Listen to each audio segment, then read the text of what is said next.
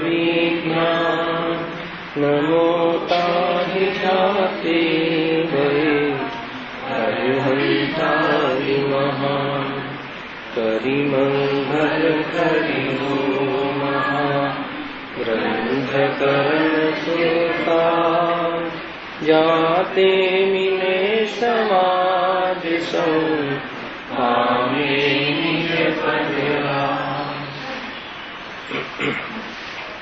आज श्री मोक्ष मार्ग प्रकाशक के ग्रंथ से पंचे परमिष्टिना स्वरूपना अंतर्गत आचार्य उपाध्याय साधुना स्वरूपनी चर्चा चाले। शुद्धात्माना आश्रयभूत शुद्धोपयोग एकमात्र मुनिदशाનું સામાન્ય લક્ષણ છે। ઘણી ચર્ચા મોક્ષમાર્ગ પ્રકાશકના આધારે કરી એમાં મૂળ વાત એ ખ્યાલમાં આવી કે શુદ્ધોપયોગ જ એકમાત્ર મુનિ જીવનનું લક્ષણ છે। એના અંતર્ગત બહારના જે પૂર્ણતાના ભાવના કારણે 28 મૂળગુણ પાલન આદિના જે ભાવનું પરિણામ થાય છે એમાં અહમ બુદ્ધિ કરતા નથી। શુદ્ધોપયોગ દ્વારા પોતાના આત્માને આત્માર્પણે આત્મા દ્વારા ભોગવે છે એવી ઘણી ચર્ચા લક્ષણના માધ્યમથી થઈ। ઉપયોગને ઘણો ભમાવતા નથી, બહારની ક્રિયાઓ ખેંચી તાણીને કરતા નથી, એની ચર્ચા કાલે વિશેષ કરી। ત્યાં એમ કહ્યું કે પોતાના ઉપયોગને જેવો બહુ ભમાવતા નથી, પણ ઉદાસીન થઈ નિશ્ચલ વૃત્તિને ધારણ કરે છે। નિશ્ચલ અચલ વૃત્તિને ધારણ કરે છે એટલે સ્થિરતાને પ્રાપ્ત કરે છે। અહીંયા સુધી તો વિતરાગતાની વાત આવી હે ને, અલ્પ વિરામ સુધી તો વિતરાગતાની વાત આવી, નિશ્ચય ધર્મની વાત આવી કે નિશ્ચલ વૃત્તિને ધારણ કરે છે એટલે સ્થિર વૃત્તિને ધારણ કરે છે। કોણ સ્થિર થાય છે? વર્તમાન ઉપયોગ। ઉપયોગ ક્યાં ગયો હતો? બહાર આવે। કેમ આવે? શુદ્ધ ઉપયોગની પૂર્ણતા ન હોવાના કારણે દેવશાસ્ત્રીય ગુરુ આદિના નિમિત્તોના લક્ષરૂપ ભક્તિના ભાવને અનુકૂળ ભાવ આવે, છતાં પણ એનાથી નિવૃત્ત થઈ અને જે અચલ અવસ્થાને પ્રાપ્ત કરે છે। કેમ કે ઉપયોગ અન્ય રૂપ તો એનાથી ભમાવતા નથી, છતાં આટલી અસ્થિરતા પણ જેમને પોસાતી નથી એવા શુદ્ધોપયોગમાં રહેનાર એકમાત્ર પોતાના શુદ્ધાત્માની ગરિમા જેને ભાષિત થઈ છે ત્યાં ઉપયોગની વિશેષ સ્થિરતા રહે છે। ત્યાં સુધી વિતરાગતાની વાત આવી। હવે તે ભૂમિકામાં કેવી જાતિનો રાગ રહે છે અર્થાત તો વ્યવહાર તત્વની ચર્ચા હવે આવે છે। કદાચિત મંદ રાગના ઉદયથી શુભોપયોગ પણ થાય છે હે ને, આની ચર્ચા કાલે થઈ ગઈ હતી। કદાચિત મંદ રાગના ઉદયથી, જો મુનિરાજો માટે ઉદય શબ્દ વાપરું હે ને, અજ્ઞાનીને તો કહે કે મંદ રાગને કરે છે એટલે કરતા બુદ્ધિથી કરે છે, અને મુનિરાજને સંસ્કાર વશ હે ને, કાલે ગિરીશભાઈ પૂછ્યું હતું તેને કે આટલી બધી વિતરાગતા હોવા છતાં ભોજનના ભાવ પર વિજય પ્રાપ્ત કરતા નથી હે ને, તો એટલો વિજય પ્રાપ્ત કર્યો છે કે 5 ઇન્દ્રિયના વિષયોને અનુકૂળ તો ભોજન હોતું જ નથી, પરંતુ થોડીક સુધારોગના સમનરૂપ ઉપયોગ આવે છે એમાં પણ એટલો પતલો રાગ હોય છે કે ત્યાં પરિસર સમજીને આત્મામાં ચાલ્યા જાય છે હે ને। ક્ષુધા બી એક પરિસર છે, તો ત્યાં બહારમાં એવી જાતિની અનુકૂળતા પ્રાપ્ત થાય યા ન થાય, પણ એવા પરિસર એ જે નેચરલ પ્રાકૃતિક જે બહારમાં એ પ્રકારની પ્રતિકૂળતાઓને પ્રાપ્ત થવાના કાલમાં પણ એકમાત્ર શુદ્ધાત્માના આશ્રયને લઈને અંદર ચાલ્યા જાય છે, છતાં ઉપયોગ બહાર રહે તો ચરણાની યોગની આજ્ઞા પ્રમાણ વિધિવત આહાર લેવાનો વિકલ્પ એમના પ્રમાણમાં આવે છે। કદાચિત મંદ રાગના ઉદયથી અને એ મંદ રાગનું પરિણામ છે। તીવ્ર રાગ એટલે અશુભ ભાવ અને મંદ રાગ એટલે શુભ ભાવ, એ વ્યાખ્યા ખ્યાલમાં રાખી। અને કર્મની ઓરથી તીવ્ર કસાય કર્મનો ઉદય, સંજલન કસાય કર્મનો ઉદય અને મંદ સંજલન કસાય કર્મનો ઉદય, બે પ્રકાર બરાબર સમજવું। તીવ્ર સંજલન કસાય કર્મનો ઉદય એ કર્મના ઉદયની વાત છે, એના કાલમાં પરિણામ મંદરાગ રૂપ રહે છે. તીવ્ર કસાય કર્મના ઉદયમાં મંદ પરિણામ રહે છે. નુકસાન શું કર્યું? શુદ્ધોપયોગ ગયો. 7મા ગુણસ્થાન રૂપ શુદ્ધોપયોગ રૂપ જે પવિત્રતા હતી એ ન રહી અને 28 ગુણના વિકલ્પ પાલવાળું વિકલ્પ ત્યાં રહ્યા. એ પણ મંદ હોય છે. મંદ એટલે શુભ, અહીંયા એ અર્થ લેવો. અહીંયા અશુભ ભાવ એમને હોતો જ નથી. જો કદાચિત નો અર્થ શું લેશું? કદાચિત નો અર્થ કે જ્યારે આત્મામાં ન રહેવાય ત્યારે શુભ રાગમાં જોવા મળે છે. શુભ રાગની પણ ફિક્સ મર્યાદા છે. એનાથી વિશેષ અંશ બી ન હોય, એનાથી વિશેષ પ્રક્રિયા બી ન હોય. હા, કદાચિત મંદરાગના ઉદયથી શુભ ઉપયોગ પણ થાય છે. જે વડે તે શુદ્ધોપયોગના બાહ્ય સાધનો છે તેમાં અનુરાગ કરે છે. એટલે સરસ વાત કહી છે કે એવા આયતનો પાસે જાય છે, એવા નિમિત્તોનું લક્ષ્ય કરે છે કે જેને વિતરાગતા પ્રાપ્ત કરી છે, વિતરાગતાનો જ ઉપદેશ આપે છે. અને જેને જોઈને એમાં રોકાવાનું પરિણામ ઢીલું થઈ જાય આત્માના બલ દ્વારા, એવા દેવશાસ્ત્ર ગુરુની નિકટ મુનિરાજ જોવા મળે છે. ત્યાં જાય છે. એમ જો લખ્યું ને કે કદાચિત મંદરાગના ઉદયથી શુભોપયોગ પણ થાય છે, જે વડે તે શુદ્ધોપયોગના બાહ્ય સાધનો છે. બાહ્ય સાધન એટલે કયું સાધન લેશું? નિમિત્ત સાધન. નિમિત્ત સાધન એટલે યથાર્થ સાધન નહીં, સમજો. બાહ્ય સાધનનો અર્થ નિમિત્ત સાધન. નિમિત્ત સાધન એટલે પરમાર્થ સાધન નહીં. પરમાર્થ સાધન તો એકમાત્ર શુદ્ધોપયોગ પર્યાય અપેક્ષા અને આશ્રય અપેક્ષા શુદ્ધાત્મા, બીજી વાત જ નહીં. શુદ્ધોપયોગ એકમાત્ર આત્મામાં રહેવું એ જ કાર્યવંત છે. અને તો જ નિર્જરા થાય. વ્યક્ત રાગની અંતર્ગત નવો બંધ ચાલુ રહે છે. આત્મામાં લીન રહે, રાગની લિફ્ટ મળતી નથી, નવો બંધ થતો નથી અને નીકળી જાય છે ઉદયના મુક્તિ. સમ્યકપણે વેદે છે રાગને. ઉદયના મુક્તિ જેટલા વર્ષ થયા છે ત્યાં સ્વામિત્વ બુદ્ધિ કરતા નથી, અને જ્યાં સ્વામીપણું વાંચતું નથી ત્યાં ઉપયોગ વધારે ટકતો નથી. આ પ્રક્રિયા બરાબર સમજવી. જો આ ખ્યાલ આવી જશે તો વિતરાગતાનો જે માર્ગ છે એ માર્ગમાં પુણ્ય ભાવમાં ઉપાદેયપણું ભાષિત નહીં થાય. માત્ર એટલું બતાવવું છે કે શુદ્ધોપયોગનું સાધન નિમિત્ત સાધન કેમ કહ્યું? એને પ્રશ્ન છે આપણો કે શુદ્ધોપયોગનું નિમિત્ત સાધન કેમ કહ્યું? પૂરો ખ્યાલ આવે છે કે અશુભ ભાવ તો નિમિત્ત પણ નથી. અશુભ ભાવનો શું આપણે વ્યાખ્યા બાંધી? તીવ્ર કસાય. 5 ઇન્દ્રિયોના વિષયમાં સુખ બુદ્ધિ, તીવ્ર મિથ્યાત્વ, અને 5 ઇન્દ્રિયના વિષયોમાં ભોગાદિના વિષયોમાં વિશેષ વેપાર. એ જ્યાં જેને ગમતું હોય, ભાસતું હોય, અનુભવમાં એવું સુખ ભાસતું હોય, એ આત્મા સુખરૂપ છે એવી શોધ શું કામ કરે? ખ્યાલ આવે કે નહીં? જ્યાં એને ભોગોમાં સુખ ભાષિત થતું હોય, સુખ છે નહીં, ભાષિત થતું હોય, પોતાની માન્યતામાં માનીને બેઠો હોય કે 5 ઇન્દ્રિયના ભોગોના વિષયમાં રમણીતામાં સુખ છે, તો એ સુખ બુદ્ધિથી સુખરૂપ અનુભવ કરતો હોય ત્યાં એનાથી વિરક્ત થઈને આત્માની વાત પણ સાંભળવા શું કામ આવે? પ્રશ્ન એ છે. કેમ કે જેને સુખ મળી ગયું હોય, અર્થાત જેને સુખ માનીને એ ભ્રમથી સુખ અનુભવ કરતો હોય, દુઃખને સુખ માનીને અનુભવ કરતો હોય, એને સુખની શોધ જ રહેતી નથી. એટલે એટલી તીવ્ર કસાયમાં તો આત્મા સમજવાના પ્રસંગો પણ બનતા નથી. પરંતુ મંદ કસાયમાં આત્મા સમજવાના ભાવ આવે છે. હે ને? જયારે એ કસાયોથી પણ જીવ થાકે છે, હે ને, કેટલા પૈસા કમાઈશું? ઘણા લોકો કહે છે હવે કેટલું કમાઈશું? એનો અર્થ કે ત્યાં ક્યાંય ને ક્યાંક ખૂણે પણ કસાયની મનતામાં વિચાર કરે છે કે ઈષ્ટપણું કોઈ બીજું છે. ભલે એને અક્કલ નથી, એને બુદ્ધિ નથી, એને ખબર નથી, એ જુદી વાત, પણ એની પરિણતિ તૈયાર થાય છે. એવી પરિણતિ તૈયાર થાય, યોગાનુયોગ બહારમાં એવું વિતરાગી નિમિત્તપણું મળે, અને એવી જાતિની પાત્રતામાં એ પ્રકારે વિશેષ વિચાર કરે અને આત્મકલ્યાણ માટે પ્રેરાય, એવી જાતિની બાહ્ય પદ્ધતિઓ બનતી હોય છે.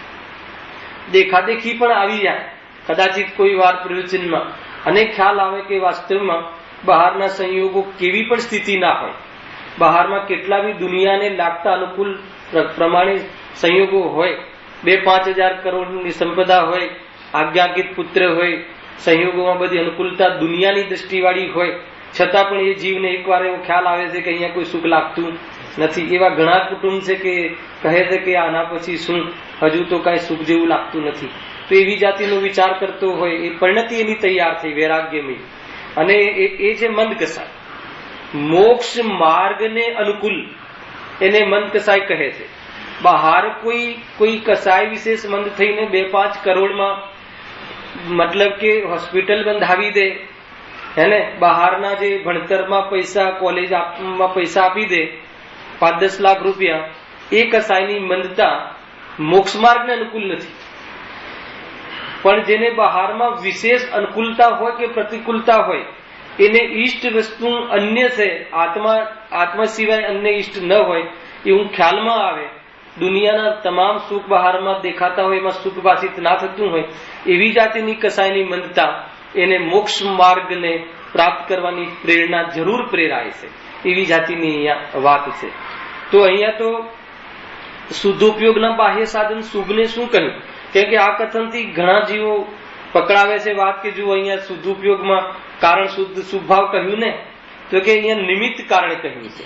અશુભમાં તો ક્યારે પણ હોય તો જીવને આત્માની કલ્યાણ અશુભમાંથી સીધો નથી આવતો, હે ને. અશુભમાંથી મંદ કસાય રૂપમાં આવે પરિણામ, અને મંદ કસાયમાંથી શુદ્ધમાં આવે એ પણ મંદ કસાયના અભાવ પૂર્વક, અને જેનો અભાવ થતો હોય એ વસ્તુનું કારણ કઈ રીતે હોઈ શકે? એટલે મંદ કસાય પણ પરમાર્થ કારણ નથી, પરંતુ આત્મામાં ન રહેવાતું હોય, અર્થાત આત્મામાં ન રહેવાનું પુરુષાર્થ વિશેષ ઉપડતું ન હોય તો દેવશાસ્ત્ર ગુરુના શરણમાં જોવા મળે છે. એ રીતની અહીંયા વાત કરી છે. જો બાહ્ય સાધનો છે તેનો અનુરાગ રહે છે. એ બાહ્ય સાધનોમાં શું લેવું? દેવશાસ્ત્ર ગુરુ પ્રવચન આદિ, અર્થાત તો આત્માની પ્રવૃત્તિ વિશેષ પોસાય, શિથિલતા ન આવે એમ ચરણાનું યોગ્ય માન્ય એક પ્રકારથી બહારમાં 28 ગુણના પાલનના ભાવ, એવી જાતિની પરિણતિ એમને હોય છે. એ સિવાય અન્ય કોઈ સાધન નથી. ધર્માત્માઓને ધર્મમાં નિમિત્તના સાધનો પર અનુરાગ રહે છે. ખ્યાલમાં આવ્યો કે નહીં? વિષય કસાયના વધારવાના નિમિત્તો પ્રત્યે ધર્માત્માઓને અનુરાગ હોતો નથી. તો અનુરાગ નથી હોતો તો શું દ્વેષ હોય છે? કરુણા હોય છે. ખ્યાલ આવ્યો કે નહીં? જે ધર્મમાં નિમિત્ત બનતા નથી, જે 5 ઇન્દ્રિયોના વિષયોમાં નિમિત્ત બનવા વાળા, પત્ની, પુત્ર, જે બહારમાં એ પ્રકારના જે વિશેષ એમાં એ પ્રકારે પ્રવૃત્તિ કરાવવામાં નિમિત્ત બનવા વાળા જીવો પ્રત્યે ધર્માત્માઓને કરુણા આવે છે, અને જે ધર્મમાં નિમિત્ત બનવા વાળા જીવો છે એના પર અનુરાગ આવે છે. પણ આ અનુરાગ છે, આ રાગથી નિવૃત્તિનો પુરુષાર્થ મુનિરાજ કરે છે. કેમ કે મુનિરાજને આ સિવાય વિશેષ અનુરાગ તો હોતો નથી, અને આટલો રાગ હોય ત્યાં સુધી શું પામતા નથી? શુદ્ધોપયોગને પ્રાપ્ત થતા નથી. કયો શુદ્ધોપયોગ? કે જે શુદ્ધોપયોગ સાક્ષાત મોક્ષનું કારણ છે. મોક્ષનું કારણ માત્ર શુદ્ધોપયોગ છે, શુભ ભાવ નહીં. સમજજો, ગમે તેવી જાતિનો શુભ ભાવ હોય, ગમે તેવી કોટીનો હોય, પરંતુ એ વાસ્તવમાં કહ્યું ને ગુરુદેવે આજની છડાણામાં શું કહ્યું? 28 મૂળ ગુણ જે છે એને જે ભાવ છે દુઃખનો ભાવ. 28 મૂળ ગુણ પાલનનો જે ભાવ છે, અર્થાત એટલો વિકલ્પ છે, એ દુઃખનો ભાવ છે. વિકલ્પ માત્ર દુઃખરૂપ છે. જ્યાં સુધી વિકલ્પ રહે ત્યાં સુધી નિર્વિકલ્પ દશા આવતી નથી, અને વિકલ્પમાં ઉપાધિ બુદ્ધિ રહે ત્યાં સુધી આત્મા ગમતો નથી. આ સૂત્ર બરાબર રાખવું. વિકલ્પ આવે, વિકલ્પ વ્યક્ત રહે, વિકલ્પમાં ઉપયોગનો વેપાર રહે ત્યાં સુધી શુદ્ધોપયોગ થતો નથી. તો શુદ્ધોપયોગના ભોગે જે વિકલ્પમાં આવતું હોય એ વિકલ્પને સુખરૂપ કઈ રીતે કહેવાય? પરંતુ મુનિરાજને જો વિકલ્પ આવે તો આનાથી વિશેષ ન આવે, આટલો જ વિકલ્પ આવે, આ અનુરાગમાં હોય છે. અને એ રાગનો અભાવ સ્વભાવની ઉગ્રતાથી થાય છે. રાગનો અભાવ રાગથી થતો નથી. એક રાગનો અભાવ બીજા રાગથી કરવો એમ થતો નથી. અચ્છા, અશુભ રાગનો અભાવ તો શુભ રાગથી થાય કે નથી? જો શુભ રાગમાં આવે ત્યારે અશુભ ન હોય એ અપેક્ષાએ કહો તો કહો, પરંતુ શુભ રાગ પણ સ્વતંત્ર, અશુભ રાગનું ન થવું એ પણ સ્વતંત્ર. અને આત્માની પર્યાયમાં રાગનો અભાવ જે થાય છે એ શુદ્ધતાના કારણે થતું નથી. કેમ કે આશ્રવનું કાર્ય જીવ તત્વ કરતું નથી. ઉપયોગ જયારે શુદ્ધાત્મામાં રહે, લીન રહે, ત્યારે રાગ આવે નહીં, એને રાગ ટાળ્યો એમ કહેવાય. કાલે આની વિશેષ ચર્ચા કરી હતી. જો શુદ્ધોપયોગના બાહ્ય સાધન છે તેમાં અનુરાગ કરે છે. આગળ લખ્યું, અધૂરું છે આ વાત. પરંતુ એ રાગ ભાવને પણ હે જાણી દૂર કરવા ઈચ્છે છે. એટલી સરસ વાત કરી છે કે રાગ ભાવને શું જાણીને? હે જાણીને. હે એટલે શું? હે એટલે શું કહ્યું? ઉપાદેય નથી, પણ ઉપેક્ષારું. હે કઈ રીતે કરવું? હે ને, હે કઈ રીતે કરવું? તો અસ્થિતિ તો આત્મા ઉપાદેય લાગે એટલે હે જ થઈ જાય છે. એક તો એ જવાબ છે. અર્થાત તો એ પરિણામમાં કઈ અપેક્ષા લાગતી નથી. કેમ અપેક્ષા નથી લાગતી? અર્થાત કેમ અપેક્ષા એમને ભાસતી નથી? કેમ કે એ તો એમનો મળ છે, ચારિત્રનો મળ છે. એ તો વાસ્તવમાં બંધ ભાવ છે એમ સાક્ષાત ખ્યાલમાં આવે છે. કેમ કે જે જીવે અંદર આત્મામાં શુદ્ધોપયોગમાં આત્માનો આનંદ લીધો હોય એ જીવને બહારના પરિણામમાં રાગ આવે એ ભઠ્ઠી જેવા લાગે એને ઉપાદેય કઈ રીતે માને? એમ અહીંયા કહે છે. જો હેનો અર્થ દ્વેષ નહીં લેવું, હેનો અર્થ ઉપેક્ષા, હેનો અર્થ ગે, હેનો અર્થ જાણવા લાયક. ખ્યાલમાં આવ્યો કે નહીં? જાણવા લાયક કેમ? પર્યાયમાં છે અને આવ્યું છે. આત્માને જાણવાનો સ્વભાવ છે અને એ ન જણાય એમ કેમ બને? પણ કેવી રીતે જણાય છે? આત્માનો સ્વભાવ નથી એનું નામ હે. સાદી સાદી ભાષામાં સમજવું હોય તો આત્માનો સ્વભાવ નથી એનું નામ હે. એનો અર્થ એ થઈ ગયો કે મારે એને કઈ લાગતું વળગતું નથી. સામા સ્વયંથી થયો છે છતાં મારા મોક્ષ માર્ગમાં મારા સુખ કરવામાં એની કોઈ પણ પ્રકારની જરૂરત નથી. એવી જ્યારે ઉપેક્ષા વર્તાય, અર્થાત એટલી ઉપેક્ષા જે જીવને ન વર્તાય એ કેમ કરીને એ પરિણામોથી નિવર્તે? પણ જેને એ પરિણામની ઉપેક્ષા એટલી વર્તાય એ કેમ કરીને એમાં વિશેષ રમે? આત્મામાં વિશેષ પુરુષાર્થ ન ઉપડે ત્યારે અહીંયા દેખાય, અને જ્યાં દેખાય ત્યાં એ ઘે પણ એ વર્તે, હે પણ એ વર્તે. અર્થાત તો એમાં કાંઈ પણ એનું પ્રયોજન સરતું હોય એમ ભાષિત ન થાય. એટલે ઉપયોગ ત્યાં હર ક્ષણે ક્ષણે એ વખતે કસાય ઢલતી હોય છે. હર ક્ષણમાં હર કસાય એમાં એક પ્રકારથી પૂર્વવર્તી પર્યાય ક્ષણથી એક પ્રકારથી હીન થતી જાય છે કસાય, અને આખિરકાર કસાયનો અભાવ થઈ જાય છે, ક્ષય થઈ જાય છે. ક્યાં? ઉપયોગમાં. સંપૂર્ણ જે ક્ષય નથી થયું, ઉપયોગમાં. એટલે ઉપયોગના રમવામાં એ કસાય વર્તાતી નથી. તો ઉપયોગ ક્યાં રહે? આત્મામાં લીન રહે. એમાં શું મહેનત કરી?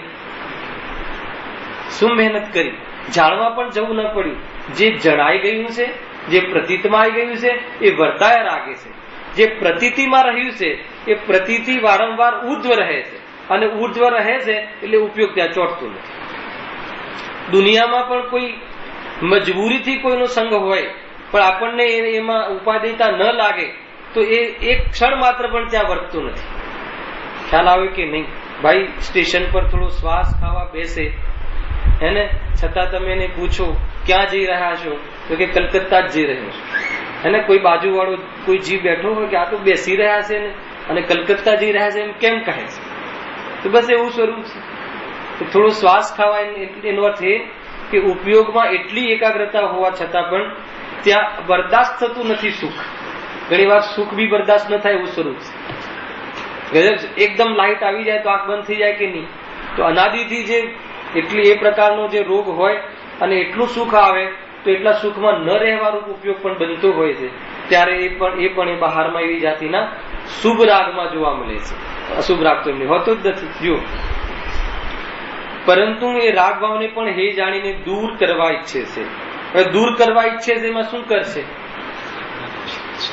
જો દૂર કરવાની ઈચ્છામાં રાગની ઈચ્છા નથી એ પ્રથમ લક્ષણ. રાગની ઈચ્છા નથી એ પ્રથમ લક્ષણમાં રાગમાં સુખ બુદ્ધિ નથી એ આધાર ઉપર જ ઈચ્છા મળશે. તો કોઈ કહે જયારે રાગમાં સુખ નથી તો રાગ કરે છે સુખ. પ્રશ્ન ખ્યાલમાં આવે છે? જયારે રાગ સુખકારી નથી, શુભ ભાવ પણ સુખકારી નથી, તો મુનિરાગ શુભ ભાવ કરે છે શું કામ? તો કે કરે છે કોણ? ઉદયગત થતા રાગને, પોતાની પર્યાયમાં થતા રાગને રાગ રૂપે વેચતા નથી. જે તારી ચર્મે ચક્ષુથી, તારી ખોટી બુદ્ધિથી, તારી વ્યવહાર બુદ્ધિથી તને એક કરતા ભાષિત થાય છે, અરે એ તો જ્ઞાનના કરતા છે, એ તો આનંદના કરતા છે, એ તો સ્વરૂપની રચનાના કરતા છે. અને એના કરતા પણ વિકલ્પરૂપ કરતા છે એમ નહીં, એ કરતા પણ એ દ્રવ્ય પરિણમે છે. એ દ્રવ્ય પરિણમે છે એમ જાણે છે. એમ જાણતા થકા માત્ર આત્માના અનુભવનું વેદન કરે છે અને રાગને ન અનુભવતા જેમ છે એમ જાણે છે. જેમ છે એમ જાણે છે એટલે આત્માનો સ્વભાવ નથી. એ રાગની ઈચ્છા પણ આત્માની નથી. ગજબની વાત છે. ઈચ્છા કોણ કરે છે? આત્મા જ કરે છે. અને કહો છો કે આત્માની નથી. તો કહે છે કે જેટલો રાગાંશ છે એ રાગાંશનું સ્વરૂપ છે, એ આત્માનું સ્વરૂપ નથી, એવું ભાન વર્તે છે. એટલે ઈચ્છાના પણ સ્વામી થતા નથી. અને જયારે ઈચ્છાના સ્વામી જયારે ન થાય તો એ ઈચ્છાના જે અંશ છે એની પ્રબળતા છે એ ઢીલી પડે છે અને ક્રમે એનો અંતર્મુહૂર્તમાં એ ઈચ્છાનો અભાવ થાય છે અને ક્ષય થાય છે. ક્યાં ક્ષય થાય છે? ઉપયોગમાં. સંપૂર્ણપણે ચોકડી ન ગઈ હોય તો પણ ઉપયોગમાં ક્ષય થવા રૂપ હર અંતર્મુહૂર્તમાં આવું કાર્ય થાય છે. થોડાક ફંડામેન્ટલ છે, આ સમજવા બહુ જરૂરી છે. જો પરંતુ એ રાગભાવને પણ હે જાણીને દૂર કરવા ઈચ્છે છે. જો આમાંથી આપણા માટે શું ઉપદેશ છે? આપણા માટે શું ઉપદેશ છે? શું તમે આમાં તારણ કાઢશો? આપણી ભૂમિકામાં પણ રાગ નામનો જે વિકાર છે, પર્યાય જે વિકૃતિ છે, શુદ્ધ ભાવથી જુદી જાતિનો ભાવ છે, વિતરાગતા શાંતિથી જુદી જાતનો ભાવ છે. ચાહે એ શુભાયતનનો વિકલ્પ હોય કે ચાહે અશુભાયતનનો વિકલ્પ હોય, પણ વિકલ્પ તો પંચ કરે છે. વિકલ્પ તો સૂળ છે. એ તો વાસ્તવમાં વિકલ્પ તો એક પ્રકારથી ઉપયોગને ચિંતિત રાખે છે. ચાહે કેવી બી જાતિનો વિકલ્પ હોય પણ એક પ્રકારથી બેચેની રાખે છે. એવો વિકલ્પ બેચેનીનું સ્વરૂપ છે, આત્માનું સ્વરૂપ નથી. એમ નિર્ણય એ વિકલ્પ હે છે અને સ્વરૂપ ઉપાદેય છે. અને વિકલ્પના અભાવમાં, તીવ્ર કસાયના અભાવમાં નિરાકુલતાના લક્ષણરૂપ જે જ્ઞાન થયું હોય છે એને જીવ એ મિશ્ર દિશામાંથી પકડે છે અને વિકલ્પ જે છે એ સૂળ છે એવા જ્ઞાનમાં, ભાનમાં, શ્રદ્ધાનમાં, દૃષ્ટિમાં નિર્ણય બને છે, અર્થાત તો પ્રતીતિમાં રહે છે. એને શું કહે છે કે આ વિકલ્પ એને હે છે અને આત્મા ઉપાદેય છે. આવી જે પ્રવૃત્તિ રહે છે એ નિરંતર રહે છે. ક્યારે? વિકલ્પના કાળમાં. વિકલ્પના કાળમાં આ જે પ્રવૃત્તિ ને આ બુદ્ધિ ને આત્મગત જે દ્રષ્ટિ છે એ દ્રષ્ટિથી ઉપયોગ ત્યાં વિશેષ રમતો નથી. એ નિવૃત્તિનો ઉપાય છે. એ સિવાય બીજી કોઈ નિવૃત્તિનો ઉપાય નથી. કોઈ કહે કે અમે કોઈ રાગ બદલીને કોઈ રાગ બદલીએ, એમ સ્વરૂપ નથી ભાઈ. નિવૃત્તિનો માર્ગ છે અને વિશેષ પ્રવૃત્તિનો માર્ગ છે. આત્મ પ્રવૃત્તિ એ જ એકમાત્ર ધ્યેય છે. શુદ્ધાત્માનો જેને ખ્યાલ આવે છે, શુદ્ધાત્માની જેને અનુભૂતિ હોય છે, એ રાગને અનુભવ કરી શકતા નથી. મૂળ વાત આ છે ભાઈ. કેમ બી કરીને એકમાત્ર આત્માથી તો આ કરવા યોગ્ય છે. સમજવા જેવું છે ભાઈ. બહારના જે વંટોળ છે, બહારના જે સંયોગો છે, બહારના જે ઉદયો છે, એને જે અશુભ ઉદય કહો, અસાતાવિજ્ઞનો ઉદય કહો કે સાતાવિજ્ઞનો ઉદય કહો, એનાથી જ્ઞાની ધર્માત્મા પણ બચતા નથી. સમજજો. પરંતુ જગતની અંદર એવી જાતિના ઉદયો, એવી જાતિની સ્થિતિઓ કાયમ રહેવાની, એવી સ્થિતિઓમાં તારો આત્મા અને સ્થિતિને કાંઈ લેવા દેવા નથી. એનો આત્મામાં ભાવ છે. એ યુક્તિ દ્વારા કોઈ કહે ઓગે ઓગે માનવાની વાત નથી. યુક્તિ દ્વારા, પ્રમાણ દ્વારા વાસ્તવમાં વાત બેસે એમ છે. અને જેને આ વાત બેસે છે એને પરમાણુ માત્રની ગરજ રહેતી નથી. પરિણામમાં જેને ગરજ મટી જાય, બુદ્ધિ પહેલા મટે અને પછી પરિણામમાં એ સંબંધીની આસક્તિ ઘટે અને પરિણામમાં એ સંબંધીનું પરિણામ મટી જાય તો કહે છે કે એનું નામ શુદ્ધોપયોગ છે. એવા શુદ્ધોપયોગને વાસ્તવમાં કેવું હશે એ શુદ્ધોપયોગનો સમય, કેવી હશે સાક્ષાત્કારની ક્ષણ? વિચાર તો કરો કે દુનિયાના કોઈ બી પદાર્થો સામે લક્ષ્ય નહીં, અનુભૂતિમાં માત્ર આત્મા, દૃષ્ટિમાં ઉપાદેયપણું આત્માનું અને પરિણામમાં કોઈ જાતિની ગરજ નહીં. શાંત પરિણામ. બહારમાં શરીર કપાતું હોય, બહારમાં વંટોળ ચાલતો હોય, છતાં પણ જે શરીર વંટોળ એનો આત્મામાં પ્રાગેથી અભાવ છે, આત્માની સાથે એને અત્યંત ભાવ છે. એવી જાતિની અહમ બુદ્ધિ સ્વરૂપમાં હોવાના કારણે બહારમાં એવી જાતિનો ઉપયોગ ત્યાં ટકતો નથી. છતાં ઉપયોગમાંથી બહાર આવે તો શુભરાગમાં જ જોવા મળે છે, એનાથી અન્ય પણ એ જોવા મળતા નથી. તીવ્ર કસાયમાં તો મુનિરાજ હોતા જ નથી. આ થઈ શુભ ભાવની વાત. અને એમાં ઈચ્છતા નથી એ વાત થઈ શુદ્ધ ભાવની વાત. ઈચ્છતા નથી એનો અર્થ શું? ઈચ્છતા નથી એમ કરીને ઈચ્છા ચાલુ રહેતી હશે, કે ઈચ્છતા નથી એ વખતે સ્વભાવની ઉગ્રતાના કાલમાં રાગનો અભાવ થાય છે, એ રીતે રાગને ટાળે છે. એ સ્વરૂપ લીનતામાં રહે છે શુદ્ધોપયોગ, અને આવી જાતિનો શુભ ઉપયોગ. બે પ્રકારની અવસ્થા કહી. આગળ હવે તીવ્ર કસાયના ઉદયના અભાવથી હિંસારૂપ અશુભ ઉપયોગ પરિણતિનું તો અસ્તિત્વ જ જેને રહી નથી. આ શું વાત આવી? મુનિરાજની મુખ્યતાથી વાત છે. જ્ઞાનીને શુભ અશુભ બંને હોય છે. કયા જ્ઞાનીને? ગ્રસ્ત દશાવાળા જ્ઞાનીને શુભ અશુભ બંને હોય છે. શુભ અશુભ બંને હોવામાં ઉપાદેય બુદ્ધિ નથી હોતી, અહમ બુદ્ધિ હોતી નથી. અને જ્ઞાની ધર્માત્મા મુનિરાજને અશુભની તો સત્તા જ નથી હોતી. હવે અહીંયા અશુભ શું લેવું? અશુભ ભાવ કહો, તીવ્ર કસાય કહો, 5 ઇન્દ્રિયના વિષયોમાં અનુરાગ અને 5 ઇન્દ્રિયના વિષયોમાં સુખ બુદ્ધિ એ તીવ્ર કસાય છે. સમજો, એમાં પણ એક કોટીપણે એ પ્રમાણે મંદ તીવ્રતા હોય છે, પરંતુ મોક્ષ માર્ગની સામે એક દેશ, જે શ્રાવક દશામાં એક દેશ ત્યાગ હોવાના કાલમાં પણ જેટલો ત્યાગ નથી, એવી જાતિનો આરંભ હોય, એવી જાતિનો વેપાર આદિનો ભાવ હોય, અને એવી જાતિનો ત્યાં ઉપયોગ ઉલઝેલો હોય, એ શું છે? તીવ્ર કસાય છે. કયો? દેખો, એક દેશ ત્યાગની વાત કરી જયેશભાઈ. એક દેશ ત્યાગ એટલે શ્રાવક દશા, ધાર્મિક જીવ, ત્યાં પણ 5 પાપનો એક દેશ ત્યાગ હોય છે, નીતિ ન્યાયથી કમાય છે, હે ને? મર્યાદાનો રાગ હોય છે, છતાં પણ એ મર્યાદાનો રાગ પણ એટલા રાગમાં હરંતર મુહૂર્તમાં આત્મા શુદ્ધ બને, હરંતર મુહૂર્તમાં શુદ્ધ ઉપયોગનો અનુભવ રહે, એવી જાતિની પરિણતિ અર્થાત ઉપયોગ હોતો નથી. જો નુકસાન લાગવું જોઈએ, શાનું નુકસાન લાગવું જોઈએ? શુદ્ધોપયોગ. આત્માને આનંદ નથી મળ્યો એ સૌથી મોટું નુકસાન. અને આત્માનો આનંદ રાગોમાં, વિષય કસાયોમાં મળે છે, એ સૌથી મોટું નુકસાન. ખ્યાલ આવ્યો કે નહીં? આત્માને આનંદ નથી મળતો રાગોમાં રહેવાથી, એવું નુકસાન જ્ઞાનીઓને લાગે છે. અને રાગમાં રહીને આનંદને પ્રાપ્ત થવાય છે, એવું ભાષણ અજ્ઞાનીઓને લાગે છે. શું કહ્યું? જ્ઞાનીઓને રાગમાં રહેવાથી આનંદ મળતો નથી. ક્યારે? જ્યારે રાગમાં રહેતા હોય છે ત્યારે શું નિર્ણય કરે છે? અને અજ્ઞાની તો રાગમાં આનંદને શોધે છે. એને રાગ શબ્દથી ભાવવાસન થતું નથી.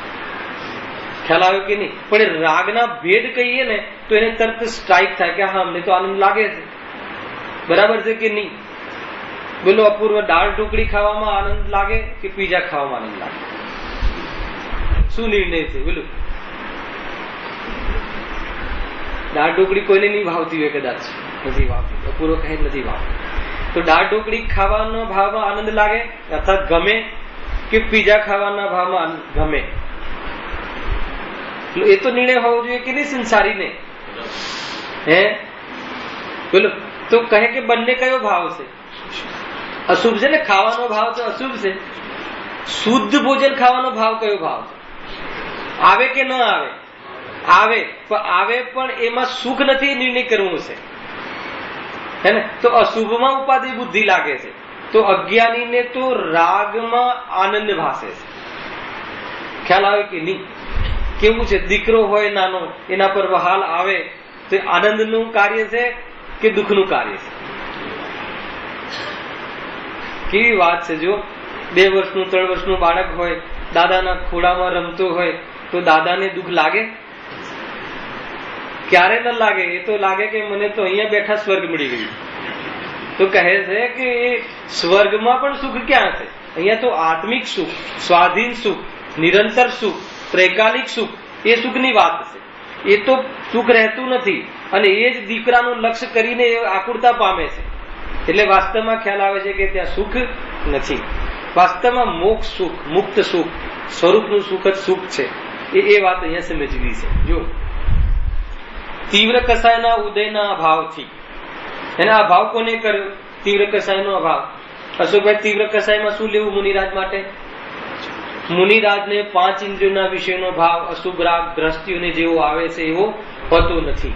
તો ગ્રહસ્થીઓને જે તીવ્ર કસાય, જે 5 ઇન્દ્રિયોના વિષયનો ભાવ આવે છે એ શું કહેવાય? તીવ્ર કસાય. તીવ્ર કસાયનો અર્થ તીવ્ર દુઃખ. કસાય કોને કહે? આત્માને કસે અને કસાય કહેવાય. એને આત્માને દુઃખ દે અને કસાય કહેવાય. તો એ 5 ઇન્દ્રિયના વિષયોમાં દુઃખ છે. જ્યાં એ અજ્ઞાની તેમાં સુખ માનીને બેસે છે. ગ્રસ્ત જીવનમાં જ્ઞાની ધર્માત્માઓને 5 ઇન્દ્રિયના વિષયનો ભાવ આવે છે, એમાં વશ થતા દેખાય છે, છતાં એની જે ઉપાધિ બુદ્ધિ છે ત્યાં નથી હોતી. એમને દુઃખ માનીને વેદે છે અને અજ્ઞાની એને સુખ માનીને વેદે છે. અંતર કેટલું છે? એને આસમાન જમીનનું અંતર છે ભાઈ, સમજો. જો તીવ્ર કસાયના ઉદયના અભાવથી હિંસારૂપ અશુભ ઉપયોગ પરિણતિનું તો અસ્તિત્વ જ જેને રહેલું છે. એટલે એને અસ્તિત્વ જ નથી, સત્તામાં નથી, પરિણામમાં નથી અને સત્તામાં પણ નથી. અશુભ ભાવ મુનિરાજને હોતો નથી. અશુભ ભાવ એટલે અનુમોદનામાં બી હોતું નથી. ખ્યાલ આવે કે નહીં? ક્યારે પણ મુનિરાજ એવા આશીર્વાદ ન આપે કે ભાઈ તમે કોંગ્રેસની સીટ પરથી જીતી જજો. ક્યારે પણ ન આપે. ખ્યાલ આવે છે કે નહીં? એ કહ્યું ને, એ તો તીવ્ર કસાય છે. ખ્યાલ આવે છે? પોલિટિક્સમાં રહેવું એ કઈ કસાય છે? તીવ્ર કસાય. અને એમાં એવી ભાવના ભાવે મુનિરાજ કે તમારો એમાં વિજય થજો.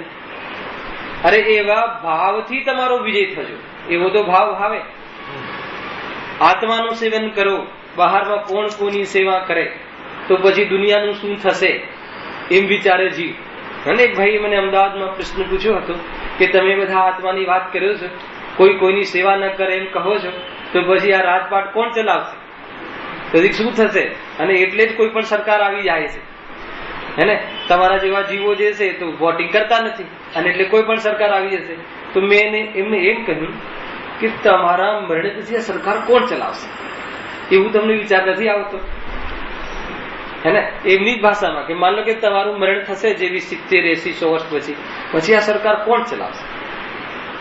તો કોઈને કોઈ ચલાવવાના રાગ વાળો તો રહેશે જ, પણ એ રાગ વાળો હું રહીશ એવું કેમ તમે માનો છો? ખ્યાલ આવે કે નહીં? કોઈ ચિંતા કરવાની જરૂર નથી. અનંત કાલ સુધી આ સરકારો ચાલવાની છે. આપણે નહીં રહીએ તો પણ ચાલવાની છે. સંસાર ક્યાં સુધી રહેશે? અનંતકાલ રહેશે. પણ મારી પર્યાયમાં સંસાર એક સમયનો હાલ નિવૃત્ત થઈ શકાય એમ છે. ખ્યાલ આવે કે નહીં? સ્વરૂપ એમ સમજવું ભાઈ, એ દુનિયાની ચિંતા કરે છે એને આત્માની ચિંતા હોતી નથી. દુનિયાની ચિંતા કરે છે એટલે દીકરા દીકરીની ચિંતા નહીં કરવી. ખ્યાલ આવે કે નહીં? ભણાવવાની ચિંતા નહીં કરવી. અરે ચિંતા આવે છે એ દુઃખ છે એની નહીં કરાવીએ છે. અને તું એમ કહે છે કે ચિંતા કરવી જોઈએ. કેટલું અંતર છે સમજો. આ ચિંતાનો ભાવ આવે છે એ દુઃખરૂપ છે અને વાસ્તવમાં પરમાર્થ નથી. કેમ કે તારી ચિંતા કરવાથી એને સુખ પ્રાપ્ત થાય એવું સ્વરૂપમાં નથી. ખ્યાલ આવે કે નહીં? કેમ કે સૃષ્ટિમાં એવું છે નહીં ને કે હું કોઈની ચિંતા કરું અને એને સુખ મળી જાય એવું છે નહીં. એટલા માટે ચિંતા તો વાસ્તવમાં એ રીતે પણ સફળ નથી. કેટલો વિકલ્પ કરીએ કોઈના માટે તો એ કાર્ય સફળ થાય. બોલો, મુકુંદભાઈ દુકાન ચલાવવી હોય, ઓફિસ ચલાવવી હોય તો એના માટે સવારે વિચારવું જોઈએ, પાર્ટીઓને ફોન કરવા જોઈએ, બરાબર કરવું જોઈએ કે ના કરવું જોઈએ. એ કરવાથી બરાબર ચાલે છે? અર્થાત એ તો બરાબર જ ચાલે છે ને. માની લો કે 50 લાખનું નુકસાન થાય તો એ બરાબર ચાલે છે કે નથી ચાલતું? બધા તાકાત હોવી જોઈએ આનો જવાબ આપવાનો. 50 લાખનું નુકસાન થાય તો પણ બરાબર ચાલે છે. કેમ બરાબર ચાલે છે? કે 50 લાખનું નુકસાન એ તો આપણો મોહ છે, પણ 50 લાખ ત્યાં ન આવવા એ તો તે પદાર્થની ક્રિયાવર્તી શક્તિનું કાર્ય છે. અન્ય જગ્યાએ જવું, હે ને? યથાર્થ વિચાર કરતા નથી. આ પર્યાય મારા પ્રમાણે રહેવી જોઈએ એ દુઃખ છે, પણ એ પર્યાયનું એ પદાર્થથી અભિન્નપણું અને તે પર્યાયનું સ્વતંત્ર થવું અગર એમ સ્વરૂપમાં ખ્યાલમાં આવે તો આત્માનો વિકલ્પ મટી જાય. પછી તર્ક કે એનાથી કમાવાશે, એનાથી પછી કાલે ઘરમાં પૈસાની જરૂર પડશે, આવી જશે. આવા પ્રશ્નો થયા છે, કહું છું તમને. આવા પ્રશ્નો મારી પાસે આવે છે. તમે કહો છો વાત બધી બરાબર છે કે ચલો અમે એમ વિચારવાનું ચાલુ કરી દઈએ, પછી એમ વિચારવાનું ચાલુ કરી દઈએ, પછી તો બધું બરાબર થઈ જશે ને. પછી તો મારો ધંધાનું જે બધું છે સેટઅપ થઈ જશે ને. અરે જેમ આ સ્વરૂપનો વિચાર કરીશ તો તને ધંધાની ગરજ નહીં રહે. ખ્યાલ આવ્યો કે નહીં? અને એ જે ગરજ મટી જાય, એ વિકલ્પ મટી જાય, તો જ એ ઉપયોગની સાધના આત્મામાં કરી શકે છે. એ સિવાય સંભવ નથી. આજે કરો, કાલે કરો, ગમે ત્યારે કરો, સુખનો માર્ગ આ જ છે ભાઈ. ખબર નહીં આ જીવને વિશ્વાસ નથી આત્મા પર, વિશ્વાસ નથી સર્વજ્ઞ પર, કે જે સુખનું ત્રણકાળમાં કારણ નથી, એની પાછળ 24 કલાક ઉપયોગ, બુદ્ધિ, તાકાત, સામર્થ્ય બધું આપે છે, સમર્પિત થયો છે. અને જે ક્ષણ માત્ર અગર જે વાસ્તવમાં એકાગ્રતા આપી દે, ક્ષણ માત્ર ઈમાનદારીથી પ્રતિતિ કરી લે, તો અનંતકાળનું સુખ આવે. વિશ્વના એક પણ પદાર્થની ગરજ ન વાસે, કોઈની પરાધીનતા ન રહે કે આવીને મને સુખ આપે, હે પત્ની મને સુખ આપ, હે ધન મને સુખ આપ. કેવું ભિખારીપણું છે, હેને? 3 લોકનો નાથ અંદરમાં વિરાજમાન છે. એક પળ ફરે તો આત્માની પરિણતિમાં સુખની ધારા છૂટે, ઉપશમ ધારા વહે. એ જીવને એની એ સંબંધી કોઈ વિચાર નહીં, વિકલ્પ નહીં, બુદ્ધિથી પણ વિચાર ન કરે. અને અંદરની ઉપશમતા તો ક્યારે આવશે? ગજબની વાત છે. બુદ્ધિથી પણ વિચાર કરે ને, ન્યાયથી, એને બહારમાં ભણેલો ગણેલો હોય અને વિચાર કરે કે વાસ્તવમાં પરનું આત્મામાં ઉભજતું નથી, અર્થાત કોઈ જગ્યાએ કોઈનું ચાલતું નથી. ચાલતું હોત તો શું દશા થાય? વ્યવસ્થા જ ન રહે. અગર જો એક દ્રવ્યનું બીજા દ્રવ્યમાં ચાલતું હોત તો આ વ્યવસ્થા જ ન બને, હે ને? કોની પાસે જાય એ ધન? મારી પાસે આવે કે તમારી પાસે આવે? હવે તમારે પણ જોઈએ છે, મારે પણ જોઈએ છે, કરે શું? નિર્ણય કઈ રીતે થશે? એટલે જે વસ્તુ સ્વરૂપ છે એમ સ્વીકારવામાં જ આનંદ છે. એ રીતે સમજવું, બરાબર કે નહીં? અશુભ રાગ, વાત ક્યાંથી આવી? કે અશુભ ભાવમાં પણ સુખ બુદ્ધિ, હે ને? એટલે આપણે રાગ કહીએ ને કે અશુભ રાગમાં સુખ બુદ્ધિ, તો ભાવ વાચન થતું નથી, વાત ત્યાંથી આવી. પરંતુ એમને એમ કહીએ ને કે ભાઈ આપણા દીકરાને 90% આવે તો ખુશી થાય કે ન થાય? ખ્યાલ આવે કે નહીં? ખુશી તો થાય, પણ તે જે ખુશી થવાનો જે ભાવ છે એ દુઃખરૂપ છે કે સુખરૂપ છે?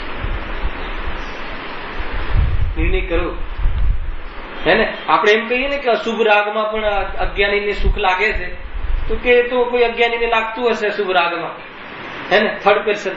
પરંતુ અશુભ રાગનું જો ભાવ વાચન કરાવવામાં આવે તો આ અશુભ રાગ છે. 80% લાવવાનો ભાવ અશુભ રાગ છે. પેલા એ જ તો નિર્ણય કરો કે શુભ છે કે અશુભ છે. બોલો, એ શુભ છે કે અશુભ છે? 80% લાવવાનો ભાવ, ભણવાનો ભાવ, હે ને? બહારના ભણતર ભણવાનો ભાવ શુભ છે કે અશુભ છે? અશુભ ભાવ છે. એને જ્યાં આત્મા ભૂલાય એવી વેદના હોય, જ્યાં આત્મા ભૂલાય એવી જાતિની કસાય હોય, એ મોક્ષ માર્ગની અર્થી અપેક્ષાથી અશુભ જ છે. શું વાત કરું છું? 90% લાવે, એક્ઝામમાં પાસ થઈ જાય, એન્જિનિયર બને, અને પછી શું લાવે? સુખ લાવે. કઈ સુખ લાવે? સરવાળે આવી ગયા ને જ્યાં જઈએ ત્યાં 5-50 લાખ કમાય અને પછી અનુકૂળતા મળે, અને બહારમાં એવી જાતિની અનુકૂળતા આવે, 4 જણ વચ્ચે પોસાય એવી જાતિની વસ્તુઓ મળે, કોઈ પૂછે, હે ને?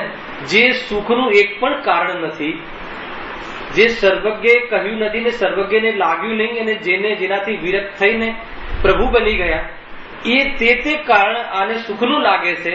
અને પછી કહે કે હું જૈની છું અને રોજ મંદિરે જાઉં છું. કેટલું સત્ય છે? બતાવો, બતાવો. કેટલા જૈની છે? આપણે નિર્ણય કરી લેજો. જે સર્વજ્ઞએ બતાવ્યું, જો ભાવ આવે વાત જુદી છે, હે ને? કોઈ અન્યથા નહીં લેવું, એવી ભૂમિકામાં ભાવ આવે વગર રહે નહીં. પણ આ સુખનું કારણ નથી. અંદરની ગતિમાં, અંદરની મતિમાં, અંદરની બુદ્ધિમાં, ખૂણે ખૂણે પણ ક્યાંય એવું અંદરમાં પોસાતું હોવું જોઈએ કે નહીં, આ કોઈ વાસ્તવિક સ્વરૂપ નથી. મને જેટલું પરિણામ આવ્યું છે એ તો રાગ જ છે, અને એ રાગ ટકતો નથી. તમને હું સાક્ષાત સિદ્ધ કરી બતાવું કે એ ખુશીનું કારણ નથી. બતાવું. માનો કે દીકરો એન્જિનિયર થઈ ગયો, સમજજો જયેશભાઈ, તમે એના માટે પેટે પાટા બાંધે, એના માટે જો કોઈ ગુરુને માનતો હોય તો માન્યતાઓ માની, સમજજો. એ દીકરા માટે પાસ થઈ જાય માટે એ આ બધા અપલક્ષણ, અને એ પ્રમાણે થઈ પણ ગયું, એન્જિનિયર થઈ ગયું, હે ને? લગ્ન થયા, હે ને? અને એને એવી પોસ્ટ મળી, અને તમને કહ્યું, અને તમને સાથે લઈ જતા એને શરમ લાગવા લાગી. બતાવો હવે તમને કેટલું, હે ને? આપણું તો એવું જીવન હોય ને, આ ફેક્ટ છે જીતુભાઈ. જયારે હું રહેતો ને ત્યાં હોસ્ટેલમાં ભણતો ને ત્યારે અમારે એક પાર્ટનર હતો, રૂમ પાર્ટનર હોય ને, તો હવે ગામડેથી આપણા બાપા આવે તો એ જ પહેરતા હોય ને, ધોતી ખમીસ ફેટો હોય એ જ હોય ને, તો એને શરમ આવે. એના પપ્પા એના ફાધર હોસ્ટેલમાં આવે તો એને શરમ આવે. એ વખતે મને એટલું દુઃખ થાય કે અરે તું ફાધરને ક્યાંથી જોવે છે, તને નિમિત્ત જ્ઞાન પણ યથાર્થ નથી કે તને જન્મ આપ્યો, તને આ કાબિલ કરવા માટે આવી જાતિની યોગ્યતા પ્રાપ્ત કરાઈ, તો એવો ઉપકાર નથી, એનો ઉપકારનું ઋણ તને ખ્યાલ નથી આવતો, અને બાપાનું તું બાહ્ય સ્વરૂપ જોવે છે. એને એ વખતે મને આ જ્ઞાન પણ નહોતું, છતાં એ વખતે મેં કહ્યું કે તને સંસારમાં પણ જીવતા આવડતું નથી. અરે જે પણ હોય જેવી રીતે પણ હોય હે ને, તો કહે કે હવે એને ભગવાન આત્માની વાત ક્યાંથી ગમે. હવે એ ખુશીનું શું થયું છે? આપણે ખુશી જે સાચવી રાખી હતી ખૂણે ખૂણે, તો એ હવે દુઃખરૂપ હતી કે એ વખતે પણ દુઃખરૂપ? કેમ કે એ ખુશીનું સ્વરૂપ આવું છે હે ને. એ જેના જે દીકરા પ્રત્યે આપણને રાગ છે એના પર આપણને દ્વેષ થતા વાર થતી નથી. તો કહે છે કે જે તને સુખના લક્ષણ લાગે છે એ સર્વજ્ઞને લાગ્યા નહીં, અને આત્મબળ દ્વારા વિરક્ત થયા અને સંપૂર્ણ અભાવ કરીને સંપૂર્ણ સુખનું પાન કરી રહ્યા છે, અને તને એ જે લક્ષણ જે ત્યાગ કર્યા તને સુખરૂપ લાગે છે, અને તો પછી એ તું સર્વજ્ઞના તું દર્શન કરવા આવે છે ને હું જૈની છું એવું તું દાવો કરે છે, એ અમે કેમ માનીએ? ખ્યાલ આવ્યો કે નહીં? બહુ નવી સભા રહે છે ને રવિવારની, તો જુઓ જૈની અને દર્શનની વિધિ પણ કેવી છે ભાઈ. અપૂર્વ ભાષિત થવું જોઈએ કે આ રાગમાં સુખ નથી. હું એમ નથી કહેતો કે રાગ નહીં આવે, રાગ આવશે, લગ્ન પણ કરશે, બાળકો પણ થશે, આજીવિકાના ભાવ પણ થશે. એવી જાતિનો રાગ આવી રહ્યો છે, આટલો રાગ મને આવ્યો છે અને હું આટલો આમાં વ્યસ્ત થયો છું, પણ મને સપનામાં પણ આ સુખ છે એવું ભાષિત ન થાય એવી પ્રભુ આગળ પ્રાર્થના કરે છે, આત્માનું બલ ઉપજાવે છે, અને એવી જાતિના શાસ્ત્ર સ્વાધ્યાયનો અભ્યાસ રાખી અને જીવન દરમિયાન અભ્યસ્ત થાય છે કે ક્યારે પણ એવો વિશેષ રાગ ન ઘૂસી જાય, એવું મિથ્યા તો દ્રઢ ન થાય. એવી જાતિનું વાસ્તવમાં ભદ્ર જીવ છે, એને વ્યવહારે પણ ભગવાનના દર્શન કર્યા. ખ્યાલ આવે કે નહીં? કેમ કે તો વિતરાગતાનો માર્ગ છે. રાગ માટે વિતરાગતાના દર્શન જે કરે એને વિતરાગતાનું બાહ્ય સ્વરૂપ પણ ખબર નથી. સીધી વાત છે ને ભાઈ. રાગના નિમિત્ત વાળા પદાર્થોને મેળવવા માટે ભગવાનની પાસે આવે તો ભગવાન તને શું કહે છે કે નહીં, તારી બધી જ આશાઓ સફળ થાય એમ કે છે હે ને. કે બહારની આશાઓ સફળ કરવું એ મોહ છે, આશાઓ રહેવી એ રાગ છે, અને એ આશાઓનું કોઈ હે ને બાહ્યમાં એવા ઉદયગત કદાચ સફળતા તને મળે એ તારો ભ્રમ છે. ખ્યાલ આવે કે નહીં? અને એ સંસારની સફળતા છે અને મોક્ષની અસફળતા છે. સુખથી દૂર જાય છે, આત્માથી દૂર ભાગે છે. ભાઈ સંસારમાં બહારમાં થતી પ્રવૃત્તિથી નિવૃત્ત થવું એ વાત નથી. સૌ પ્રથમ આત્મા અને રાગ વચ્ચે, આત્મા અને છળ વચ્ચે લક્ષણે ભેદ છે. એવું અંદરમાં વર્તાતું હોય, ભાસ થતું હોય. બહારમાં તો પ્રસન્નતા દેખાય, બહારમાં બી રાગના કાર્યોમાં જેમ છે એમ દેખાય, છતાં અંદરની પરિણતિ કંઈ ઓર ચાલતી હોય, એનો ઉપયોગ ક્યાંય ઓર વિરક્ત થતો હોય, અને એનું પ્રમાણ વધી જાય તો બહારમાં નિવૃત્ત દેખાય. પછી મુનિ દશા, પછી કોઈ ના રોકે હે ને. 10 રાણી, 11 રાણી, એને હજારો રાણી ન રોકી શકી. કઈ કલાપ કર્યા, કઈ નૃત્ય કર્યા, ઘણા સમજાવ્યા, ભય પણ બતાવ્યો કે તમે આટલા મહાપુરુષ અને સંસારથી ડરો છો એમ આવે છે ને બધા. તો પણ કે ભાઈ એ સંસારનો ભય જેને લાગે છે એ જ સાચો જ્ઞાની છે. સંસારના ભયમાં મારા ઉપયોગની શાંતિ ખોવાઈ ગઈ. કોઈ તને નિભાવું અને ન નિભાવું એ માટેની નિવૃત્તિની વાત નથી. કોણ કોને નિભાવે? તારા પુણ્યના કારણે તારો સંસાર જે પ્રમાણેનો છે એ પ્રમાણેનો છે, છતાં એ સંસાર છે એ કોઈ વાસ્તવિક સ્વરૂપ નથી. પલટાતા વાર થતું નથી, બુદ્ધિ બરબાદ થતા વાર થતું નથી, સંયોગો અપટાતા વાર થતી નથી, અને જ્ઞાન જે ક્ષયક્ષમ જ્ઞાન છે એને ખતમ થતા વાર થતું નથી. કે પર્યાયના સ્વરૂપ આવા છે. શુદ્ધાત્મા કોઈ અલૌકિક વસ્તુ છે, ત્રિકાલિક વસ્તુ છે. સ્વરૂપથી જોવામાં આવે તો પર્યાયનો મોહ તૂટી જાય છે. ગજબની વાત છે ભાઈ, સમજવા જેવી વાત છે હે ને. આ તો પર્યાય બુદ્ધિ વાળો જે કાલે આવ્યું હતું ને કે ભાઈ જે રાગ કરે છે એ રાગને ઈચ્છતો નથી, તો સ્વભાવની ઉગ્રતાથી રાગ મટે છે. તો રાગ મટાડવા રાગમાં કાંઈ ના કર્યું. ત્યાં બીજો એક મેં તમને પ્રમેય બતાવ્યો હતો જીતુભાઈ, ખ્યાલ છે? રાગની ક્ષણિકતા બાબતમાં કે પૂર્વનો રાગ તો આવ્યો નથી, પૂર્વનો રાગ છે એ તો મટી ગયો, ભૂતકાળનો રાગ તો છે નહીં, ભવિષ્યકાળનો રાગ તો આવ્યો નથી, અને વર્તમાનમાં જે રાગ છે એ તો ઉદય થયેલો છે. હવે કયા રાગને મટાવો? ખ્યાલ આવ્યો કે નહીં? તો રાગને મટાડવામાં રાગ આત્માનો સ્વભાવ નથી. એ પ્રમાણે એની ઈચ્છા તૂટે તો રાગ એના કાલક્રમમાં નથી આવતો, એને મટાડ્યો એમ કહેવાય. ગજબની વાત છે ભાઈ, હેને? ભાવ ભાષણ કરાવીએ તો ખ્યાલ આવે, કેમ કે અશુભ રાગ જે છે એમાં સુખ બુદ્ધિ અજ્ઞાની. હવે તમને એમ લાગશે કે શુભ રાગમાં અમને તો સુખ બુદ્ધિ છે નહીં એટલે અમે તો જ્ઞાની છીએ, પણ તમને હર સમય સિદ્ધ કરી આપું કે અજ્ઞાનીને શુભ રાગમાં કરતા અશુભ રાગમાં સુખ બુદ્ધિ વિશેષ છે. શુભ રાગમાં તો કંટાળો આવે છે. આજના બાળકોને મંદિરમાં આવવાનો કંટાળો આવે છે, એટલે શુભ રાગ તો ગમતો જ નથી. અહીંયા તો કોઈ રાગ ગમાડવાની વાત નથી, પણ ક્રમ છે. પેલા અશુભ છૂટે, શુભમાં આવે, અને શુભ છૂટીને શુદ્ધમાં જાય. એ તો કહેવાનો ક્રમ છે. વાસ્તવમાં તો શુદ્ધમાં આવે તો રાગ ટળે, એ બંને સાથે છે. કેટલી જાતિની પ્રરૂપના છે ભાઈ. એનો અર્થ એ છે કે જીવ શુદ્ધ ભાવ કરે છે, રાગને તો કરી શકતો પણ નથી. ગજબની વાત છે ભાઈ. હજુ તો પાપમાં સુખ બુદ્ધિ છે, ત્યાં પુણ્ય હે છે એને અને ઝઘડા પાછો એ જ કરતો હોય કે પુણ્યને હે કહો છો. પછી જીવને પૂછો કે ભાઈ તારું પુણ્ય કેટલું છે બતાવો તો એક બી પુણ્ય ભાવે નહીં દેખાય. રાત્રિમાં ખાતો હોય, સાત વ્યસનમાં લિપ્ત હોય, હે ને? અને સૌથી પહેલા મિટિંગમાં આવીને કહો કે તમે પુણ્યને હે કહો છો. આ કાનજી સ્વામી, આ ગુરુદેવ નવો ધર્મ લાવ્યા કે પુણ્યને હે કહે છે, હે ને? કહે છે ને, આજ તો આરોપ થયો ને ગુરુદેવ પર, તો કહે છે કે પુણ્યને હે કહે છે. એનો અર્થ એમ ક્યાં કહ્યું કે પુણ્ય નથી હોતું? પુણ્યનો સ્વભાવમાં અભાવ છે, પુણ્યથી ધર્મ થતો નથી, અને પુણ્ય તો માત્ર જ્ઞાનીને જોવા મળે છે. ગજબની વાત છે. ખ્યાલ આવે કે પુણ્ય ભાવ સાચો તો જ્ઞાનીને જોવા મળે છે. સૌથી વિશેષ પુણ્ય ભાવમાં કોણ હોય છે? ઉત્કૃષ્ટ પુણ્યનો બંધ મુનિરાજોને થાય છે. સૌથી પુણ્યશાળી એ હોય છે. ગજબની વાત છે ભાઈ. અને એ તો જે ઝઘડા કરે છે ને એને પૂછે ભાઈ તારું તું પુણ્ય હે છે તને નથી જચતું તો બતાવ તો ખરો કે પેલા તારા પુણ્ય કેળવા છે. હે? પુણ્યના પણ ઠેકાણા નથી હોતા ભાઈ. એને ધર્મ તો બહુ દૂરની વાત છે. પુણ્યમાં ધર્મ નથી, હે ને? એ પુણ્ય હોય પેલા એના માટે કથન છે. પેલા પુણ્ય ભાવમાં હોય એને હે હોય ને, ના હોય એને હે ક્યાંથી હોય? કોને નથી હોતા? એક તો મિથ્યા દ્રષ્ટિને પુણ્ય નથી હોતા કે નહીં, એ પુણ્ય હોતા નથી. એ પુણ્ય પણ પાપ માટે કરે એટલે એને પુણ્ય હોતા નથી. અને બીજા અર્હંત સિદ્ધોને નથી હોતા. એ પ્રમાણે સમાનતા તો ખરી ને કે અર્હંત અને સિદ્ધ ભગવાનને પાપ પુણ્યનો અભાવ થઈ ગયો હોય, હે ને? એટલે એમને અભાવ છે. અને જ્ઞાની ધર્માત્માને સાધક માર્ગમાં ગ્રસ્ત દશામાં અશુભ, શુભ અને શુદ્ધ ત્રણે હોય છે. અને મુનિ દશામાં અશુભ હોતું નથી, શુભ અને શુદ્ધ બે જ હોય છે.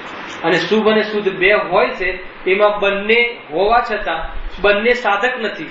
સાધક તો શુદ્ધ સ્વભાવ જ છે, શુભ ભાવ સાધક નથી, બાધક છે એમ નિર્ણય કરતા એનું નામ હે છે. ખ્યાલ આવ્યો કે હે નો અર્થ ન કરવો એમ નહીં. થતા ભાવમાં રસ ના આવવો, થતા ભાવમાં ધર્મ ન લાગવું, થતા ભાવમાં અનુકૂળતા ન ભાસવી, થતા ભાવમાં કલંક લાગવું, થતા ભાવમાં ઉદય આવતા ભાવોમાં આત્મની અનુભૂતિ ખોવાતી લાગવી. એમ જેને ખોવાતી લાગે છે એવા વિશેષ વિચક્ષણ બુદ્ધિશાળી જીવ અને વિશેષ વિચક્ષણ વિતરાગી જીવ, એવી જાતિનો જીવ એવા ભાવોમાં ઉપયોગ કેટલા સમય ટકાવે? કેટલા સમય ટકાવે? અર્થાત ટકે જ નહીં. અને ટકે નહીં એનો અર્થ કે આત્મામાં રહે, અને આત્મામાં રહે અને રાગ ન આવે એવું આ જીનનું સ્વરૂપ છે. વાસ્તવમાં એવું આ જીનવરનું સ્વરૂપ છે. આવું સ્વરૂપ જીન વૃષભોએ કહ્યું. ખ્યાલ આવ્યો કે નહીં? જીનવર એટલે મુનિરાજ એ રીતે છે ભાઈ. અને જીન વૃષભ એટલે અરહંત પરમાત્મા. જીનવર એટલે ગણધર દેવ, ચાર જ્ઞાનના જ્ઞાની આત્મ ધ્યાની. દુનિયામાં કોઈ પડી ના હોય. મહાપુરુષો જેના પગમાં રોંધતા હોય, એને માથા રગડતા હોય, ઇન્દ્રનો મુગટ પણ એમના અંગૂઠાને છૂતો હોય, આવે છે ને ભક્તિઓમાં, છતાં પણ રંચ માત્ર પણ પુરસ્કારનો ભાવ નહીં, કેવી જાતિનું માન રહિત, એને માયા રહિત, ક્રોધ રહિત, કસાયોથી રહિત, જ્ઞાન સહિત, શુદ્ધાત્માના આનંદની ગરિમા સહિત, હર જીવમાં શુદ્ધાત્મા રૂપે જોવે, રાગથી રહિત જોવે, રાગથી રહિત જોવાની પ્રવૃત્તિમાં રાગને પોસાય એવો ઉપદેશ ક્યાંથી આપે? એ મુનિનું જીવન છે ભાઈ, સમજવા જેવો માર્ગ છે. જો આજે પણ ક્રમ તો નહીં જ આવે તમારા નિશ્ચય વ્યવહારનો. જોશું તીવ્ર કસાયના ઉદયના અભાવથી હિંસારૂપ અશુભ ઉપયોગ પરિણતિનું તો અસ્તિત્વ જ જેને રહ્યું નથી. કોને રહ્યું નથી? મુનિરાજોના પરિણામમાં અશુભ ભાવનું. જ્ઞાનીઓના પરિણામમાં અશુભ હોય પણ શું ન હોય? અપૂર્વ સુખ બુદ્ધિ ના હોય, અશુભમાં ઉપાદેય બુદ્ધિ ના હોય. જ્ઞાની કોણ? જ્ઞાની ગ્રસ્ત જ્ઞાની, અવિરતિ સમ્યક દ્રષ્ટિ અને સાવક ધર્માત્મા, હે ને, એ પંચમ સ્થાન વર્તી. એમની ભૂમિકા અનુસાર અશુભ ભાવ આવે, પરંતુ એમાં સુખ બુદ્ધિ હોતી નથી. સુખ બુદ્ધિ ન હોવાના કારણે, સ્વામિત્વ તૂટી ગયું હોવાના કારણે ઉપયોગ ત્યાં પોસાતો નથી, ઉપયોગને મેળ પડતો નથી, અભ્યસ્ત થાય છે આત્માના સ્વરૂપનો, અને રાગ તૂટી જાય છે. રાગ તૂટી જાય છે, આત્મામાં સમાઈ જાય છે, બહારમાં નિમિત્તપણું વસ્ત્રનું રહેતું નથી. એમાં એ પરની પર્યાયમાં કાંઈ ખેંચી તાણીને કરી હોય એવું સ્વરૂપ નથી. સહજતા તો સ્વભાવમાં છે, અને સ્વભાવ સહજ હોય, હે ને. સાકરને મીઠાશ કરવામાં કેટલી મહેનત કરવી પડે, તો આત્મામાં આનંદ કરવામાં કેટલી મહેનત કરવી પડે. આત્મામાં આનંદને લાવવા મહેનત કરવી પડે, એ આત્માનું સ્વરૂપ સમજતું નથી. આત્માનો આનંદ લાવવા કેટલી મહેનત કરવી પડે, કેટલા ઉપવાસ પોષા વ્રત કરવા પડે, કેટલી પૂજા કરવી પડે, કેટલા પ્રવચનો કરવા પડે, ત્યારે આત્માનો આનંદ થાય. તો કે તને આત્માનું સ્વરૂપ ખબર નથી. જે તું કહે છે જડની પ્રવૃત્તિ અને એમાં લક્ષ થયું એ વિકાર, આત્માનો દોષ, અને આત્મા એ દોષથી રહિત નિર્દોષ સ્વરૂપ આમ છે. દોષોને તું તારી સામે મરતા જો, એ તારું ખમીર છે. એવી જાતિના શુદ્ધોપયોગના ધારી મુનિરાજ હોય છે. એને દોષોને સામે મરતા જોવે, હસતા હસતા કપાય. હસતા હસતા એટલે આનંદ આનંદમાં. હસતા એટલે કોઈ હસવા વાળી કસાય નહીં, રમતા રમતા. ખ્યાલ આવે કે લીલા માત્ર લીલા છે ભાઈ. આ કૃષ્ણની લીલા નહીં, આ તો વિતરાગીઓની લીલા છે. ખ્યાલ આવે કે નહીં? એવું સ્વરૂપ છે ભાઈ. જો હા, અશુભ ઉપયોગનું પરિણતિનું તો અસ્તિત્વ જ જેને રહ્યું નથી એવી અંતરંગ અવસ્થા. આટલે સુધી કહ્યું અંતરંગ અવસ્થા. અંતરંગ અવસ્થા કઈ કહી? શુદ્ધોપયોગ, સ્વરૂપ લીનતા. સ્વરૂપ લીનતામાં ન રહે તો પરિણામની બહિરંગ અવસ્થા કઈ? શુભમાં જોવા મળે, સામાં જોવા ના મળે, અશુભમાં જોવા ના મળે. આવી કોની દશા છે? મુનિરાજ. આખી દશા ખ્યાલમાં આવે કે નહીં? મુનિરાજની દશા ખ્યાલમાં આવી કે નહીં? પરિણામની ઓરથી સ્વરૂપ લીનતા ઉપાદે એકમાત્ર ધ્યેય. હરંતર મુહૂર્તમાં આત્મામાં રમે. કોણ? ઉપયોગ રમે. સ્વરૂપના ભાનના કારણે, સમ્યક દર્શન થયું હોવાના કારણે ઉપયોગ એમાં રમે.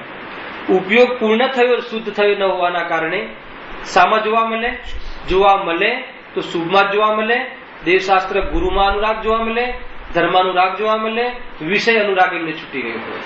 વિષય અનુરાગ કહો કે અશુભ કહો, વિષય અનુરાગ કેમ છૂટી ગયો હોય છે? કેમ કે એમાં સુખ નથી. એમાં સુખ નથી એવું ક્યાં નિર્ણય કરી આવ્યા? કેમ કે એ વિકલ્પ રહિતમાં સુખ ભાષિત થયું છે. સમજો એક એક સમજો. જે જીવ પણ ભોગ કરી લઈને, અર્થાત તો ભોજન કરી લઈને સુખની જે અનુભૂતિ જે અનુભવે છે એ પણ વિકલ્પના અભાવની જ છે. આ તો પેલા બહુ વિષય લીધા. ખ્યાલ આવ્યો કે નહીં? અજ્ઞાનીને પણ ભરપેટ ભોજન કરે, પેટ ભરીને ભોજન કરે અને પછી હાસ લાગે છે, એ પણ એ ભોજનના વિકલ્પના અભાવ વાળી શાંતિ છે. ભોજનથી તો એને પણ શાંતિ થઈ નથી. ખ્યાલ આવ્યો કે નહીં? એમ એને નિરાકુલતા અર્થાત તો કસાયના અભાવ, એક કસાયનો અભાવ જ એક સુખરૂપ છે એવી જેને યુક્તિ દ્વારા પ્રતીતિ કરી છે. ખ્યાલ આવ્યો કે નહીં? એવી જે પ્રતીતિ કરી છે એ છે વાસ્તવમાં પ્રતીતિ પૂર્વક આત્મામાં રહેવું. એનું નામ શુદ્ધોપયોગ. કયા બલ દ્વારા? આ પૂરી પ્રતીતિ અને યુક્તિ દ્વારા. ખ્યાલ આવ્યો? અને એને વિષય અનુરાગમાં, વિષય રાગોમાં સુખ ભાષિત થયું ન હોવાના કારણે એમાં જે અસ્થિરતાજન્ય રાગ હતો ગ્રસ્ત દિશાનો એ પણ છૂટી ગયો. એટલે અશુભ રાગ એને રહ્યો નહીં. અને હવે જયારે નથી રહેવાતું શુદ્ધોપયોગમાં ત્યારે શુભ ભાવમાં જોવા મળે છે, અને શુભ ભાવમાં જોવા મળે છે, પણ એ શુભ ભાવની પણ ઈચ્છા કરતા નથી એટલે અંદરમાં આત્માની ભાવના વધે છે, અને રાગનો અભાવ કરીને ક્યાં ચાલ્યા જાય છે? શુદ્ધોપયોગમાં. આ આખી દશાનું શું કહે છે? મુનિરાજની અંતરંગ દશા. ખ્યાલમાં આવ્યું કે નહીં? બધું બેલેન્સ સમજવું. તો આ અંતરંગ દશા શું નિર્ણય કર્યો? ગમે તેવો ભાવ આવે શુભના અનુકૂળ, પણ ઈચ્છતા નથી, એટલે સ્વભાવની ઉગ્રતા પણ ક્યાં જાય છે? શુદ્ધમાં. તો એકમાત્ર એકાગ્રતા, એકમાત્ર એકરૂપતા, એકમાત્ર સ્વભાવમાં જ મસ્તી, એનું નામ મુનિ દશા. આ એની અંતરંગ દશા. આવા મુનિરાજોને, હવે આગળ, આવા મુનિરાજોને, આવા પંચ પરમેષ્ટિમાં બિરાજમાન સંતોને, આવા સ્વરૂપને સાધક વાળા સંતોને, આવી વિતરાગતા સહિત સંતોને, કસાયની મનતા વાળા જીવોને બહારમાં શું હોય છે? તો હવે એની ચર્ચા. આ એકદમ બહિર્વેશ દ્રવ્યલિંગ. જો આવા અંતરંગ અવસ્થા થતા બાહ્ય દિગંબર સૌમ્ય મુદ્રાધારી થયા છે. આવા જીવોને અંદર બહારનો મેળ, અંદરમાં પણ વિતરાગતા, અંતરંગમાં પણ રાગ નહીં, વિકાર નહીં, અને બહારના અંગોમાં પણ વિકાર, હે ને? શરીરના કોઈ અંગમાં વિકાર નહીં, અને તેજ, એકમાત્ર તેજ, એવું તેજ કેમ લાગે કે આ જીવને કાંઈ પડી નથી. સૌમ્ય ભાવ, એને સૌમ્ય ભાવ એટલે કોઈ આવીને ટુકડા કરે તો પણ સમતા, કોઈ આવીને કાંઈ પણ કરે તો પણ ઉપસર્ગના કાલમાં ડગે નહીં, એવી જાતિની સૌમ્ય. અને મુદ્રા પણ એવી સૌમ્ય કે બહારમાં ક્યાંય ટીકીને કોઈ પદાર્થને જોતા હોય એવું સ્વરૂપ નહીં, કોઈ એવી ચેષ્ટા નહીં, કોઈ એવી જાતિની શરીરના ભાગોમાં એવી જાતિની પ્રવૃત્તિ નહીં. ખ્યાલમાં આવ્યો કે નહીં? એવી જાતિની એ મુનિરાજોને બાહ્ય સૌમ્ય, સુંદર, સમતાધારી. સુંદર કોને કહેવાય? ગોરાને સુંદર કહેવાય કે વિતરાગતાને સુંદર કહેવાય? જો આ છે ગુણ બી જોવા હોય તો સુંદર એટલે સમતાધારી, હર પરિસ્થિતિઓમાં સમતાને ધારણ કરે, લૌકિકમાં પણ બહારની પરિસ્થિતિઓને ફેસ કરે, અડગ રહીને નીતિ ન્યાયથી, એને પણ બહારમાં સુંદર કહેવાય. ખ્યાલમાં આવ્યો કે નહીં? અહીંયા તો વિતરાગતાના આધારે સૌમ્ય, સમતાધારી, સુંદર એટલે કોઈ હસ્તક્ષેપ ન કરે એનું નામ સુંદરતા, કોઈ દ્રવ્યમાં હસ્તક્ષેપ કરે નહીં એનું નામ સુંદરતા, વિઘ્ન ઉભા કરે નહીં એનું નામ સુંદરતા. અને આ પણ સુંદરતાનો ભાવવાસન છે. એવી જાતિનું ભાઈ મુનિનું સ્વરૂપ છે.